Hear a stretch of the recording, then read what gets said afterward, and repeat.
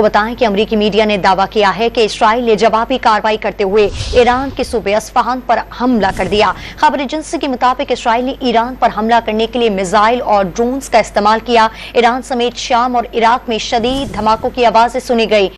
तो दोस्तों, इसराइल ने ईरान पे हमला कर दिया और आज सुबह ये जो है मिलिट्री स्ट्राइक जो ईरान के अंदर हुई है, ऑब्वियसली एक चीज तो क्लियर है, the reason is getting more volatile.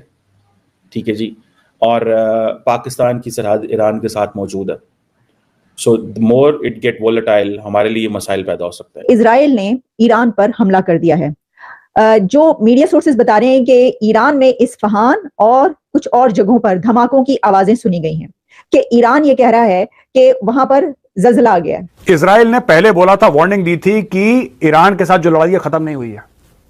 अगर ईरान को यह लगता है कि लड़ाई खत्म हो गई है, ईरान के साथ लड़ाई खत्म नहीं हुई है, और बोला है कि इसकी एक बहुत बड़ी कीमत चुकानी पड़ेगी ईरान को। ये इजराइल ने बोला है, औपचारिक बयान दिया है, बहुत बड़ी कीमत चुकानी पड़ेगी। इजराइल का गेम प्लान बिल्कुल सिंपल है। इजराइल कहता भाई मेरे को जो निकालना है, दो चीजें निकालनी है ईरान से। एक, उनका पूरी न्यूक्लियर फैसिलिटी बर्बाद करनी है, जहां भी कुछ न्यूक्लियर हो खत्म करना है। और दूसरा, उनमें से जो 6 पोर्ट है, जिनमें से छवार भी एक है, छवार को छोड़ के बाकी 5 पोर्ट मैंने खत्म कर देने, ताकि ईरान का न्यूक्लियर खत्म हो जाए और ईरान की जो रईसी इकोनॉमी है वो फट जाए। कि भाई इजराइल ये कहेगा कि भाई इजराइल ने ईरान को, आयतुल्लाह खामनाई को ये बर्थडे का गिफ्ट है। तो सालगिरह पर, यानी जिस दिन आयतुल्लाह खामनाई, जो कि सुप्रीम लीडर ऑफ ईरान, और ईरान में उससे बड़ा कोई पर्सनालिटी नहीं है, ईरान उसको जिस तरीके से उनको आयतुल्लाह खामनाई को देखता है, तो आयतुल्लाह खामनाई की सालगिरह के दिन इजराइल की तरफ से ये हमला किया जाना, ये बहुत मीनिंगफुल है। एक तो ये बात। अच्छा, एक और चीज, Israeli missiles hit Iran with blast hard at centre of the country, यानी देश के सेंटर के ऊपर लड़ाई हुई है, मिसाइलें सेंटर के ऊपर गिरी हैं। इसराइल ने दमिश्क में, सीरिया के शहर में, एक बिल्डिंग के ऊपर मिसाइल मारा जिसमें 6 ईरानी जर्नैल मारे गए। उनमें से एक जर्नैल का नाम बताया जा रहा है रजा जहीदी, जिसकी कंफर्मेशन ईरान की हुकूमत ने खुद दी है। और ईरान ने ये कह दिया, अब चूंकि हमेशा ये कहता रहा कि हमारा अक्टूबर 7 को जो दहशतगर्दी का हमला हुआ था उसमें हमारा कोई हाथ नहीं था, हमने सिर्फ उनको ब्लेसिंग दी थी, प्लानिंग नहीं की थी। तो अब ईरान ने ये तस्लीम कर लिया कि जहीदी मास्टरमाइंड था उसके पीछे, उसने जहीदी ने प्लान बनाया था। क्वेश्चन ये पैदा होता है कि इस वजह से इसराइल ने उसको टारगेट किया और इतना बड़ा रिस्क लिया। ईरान ये कह रहा था कि ये आपने हमारी कॉन्सुलेट के ऊपर हमला किया, इसलिए अब हक है हमारे पास कि हम इसराइल के ऊपर डायरेक्टली हमला करें। तो ईरान, जाहिर बात है ये इंटरनेशनल लॉ की खिलाफ वर्जी नहीं है। ऐसा नहीं हो सकता कि मैं इस घर को मिलिट्री के मकासद के लिए यूज करने लग जाऊं दूसरे मुल्क के खिलाफ और कहूं कि भाई ये तो कॉन्सुलेट है, आप इसके ऊपर हमला नहीं कर सकते। ऐसा नहीं होता। यही मसला इनको समझ नहीं आती। गजा में जब ये अस्पताल को मिलिट्री ऑब्जेक्टिव्स के लिए इस्तेमाल करते हैं, तब आप उसका हॉस्पिटल का जो प्रोटेक्टेड स्टेटस है वो लूज कर जाते हैं। तो बहरहाल ये प्रोपेगेंडा किया गया, तो ये कॉन्सुलेट तो नहीं है, आप ऐसा नहीं हो सकता, ये इंटरनेशनल लॉ की खिलाफ वर्जी नहीं। इसलिए इसराइल की इतनी सर्जनिश नहीं हुई। लेकिन मोमेंट चूंकि जो ये वन साइडेड लोग हैं, इनको न्यूआंसेस को समझने की आदत नहीं है। तो बहरहाल उसके बदले में ईरान ने इसराइल के ऊपर 300 के करीब मिसाइल मारे, जिनमें से 2 या 3 गिरे, बाकी सारे इंटरसेप्ट कर दिए यूके ने, अमेरिका ने,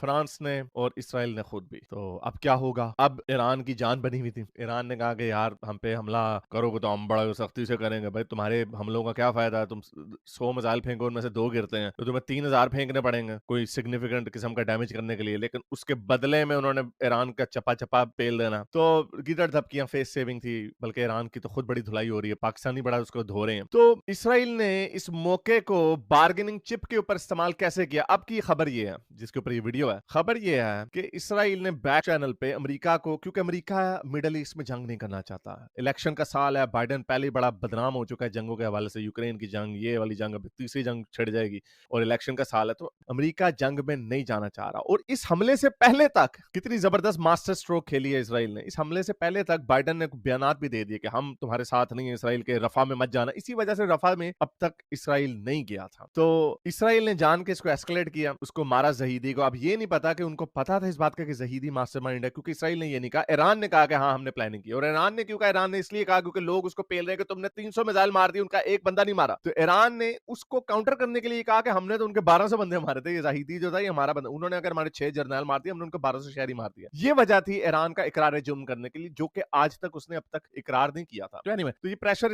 इसराइल के ऊपर पड़ा हुआ था कि आपने रफा में नहीं जाना, बाइडेन उसको नहीं जाने दे रहा था। तो अब इसराइल ने जान के इसको एस्केलेट किया, अब टेंशन बढ़ा दी। अब इसराइल के कोर्ट में बॉल है कि या तो ईरान को पेल दे और फिर अमेरिका को फिर आना पड़ेगा। अभी अमेरिका ऊपर से कह रहा है कि हमने तुम्हारे ऑफेंसिव एक्शंस में शामिल नहीं होना, अगर तुमने ईरान के ऊपर हमला किया तो हम तुम्हारा साथ नहीं देंगे। लेकिन ये इसराइल का ईरान पर जवाबी हमला, इसराइली मिसाइलों ने ईरान में मुतअद्दिद मकामात को निशाना बनाया। जबकि ये जो पता चला है कि एक इजरायली मिसाइल ने ईरान को स्ट्राइक किया है और ईरानी स्टेट मीडिया भी इसको मान गया है कि ये एक्सप्लोजन्स हुए हैं इस्फहान के अंदर, फ्लाइट सस्पेंड हो गई हैं।